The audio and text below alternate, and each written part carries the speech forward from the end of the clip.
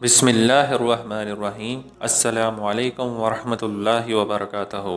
حضرت سعید بن عمر رضی اللہ تعالیٰ عنہ سے روایت ہے، فرماتے ہیں حضرت سعد بن عبادہ رضی اللہ تعالیٰ عنہ نبی کریم صلی اللہ علیہ وسلم کے ساتھ بعد غزوات میں نکلے اور ان کی والدہ کے وصال کا وقت پہنچ گیا۔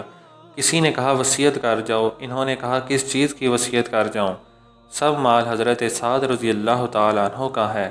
حضرت سعد رضی اللہ تعالیٰ عنہ کی واپسی سے قبل ہی ان کا انتقال ہو گیا۔ جب حضرت سعد رضی اللہ تعالیٰ عنہ آئے تو ان سے اس کا تذکرہ کیا گیا۔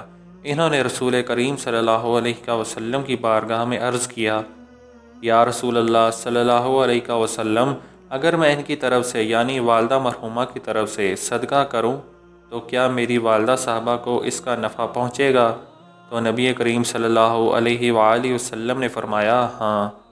تو حضرت سعد رضی اللہ تعالیٰ عنہ نے نام لے کر عرض کیا، فلاں فلاں باغ ان کی طرف سے صدقہ ہے۔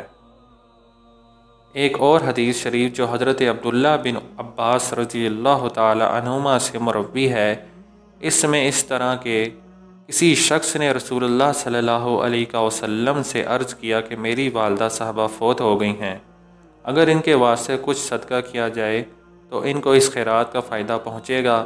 فرمایا ہاں پہنچے گا۔ اس شخص نے عرض کیا، میرا ایک باغ ہے اور میں آپ صلی اللہ علیہ وسلم کو گواہ کرتا ہوں کہ وہ باغ میں ان کی طرف سے خیرات کرتا ہوں۔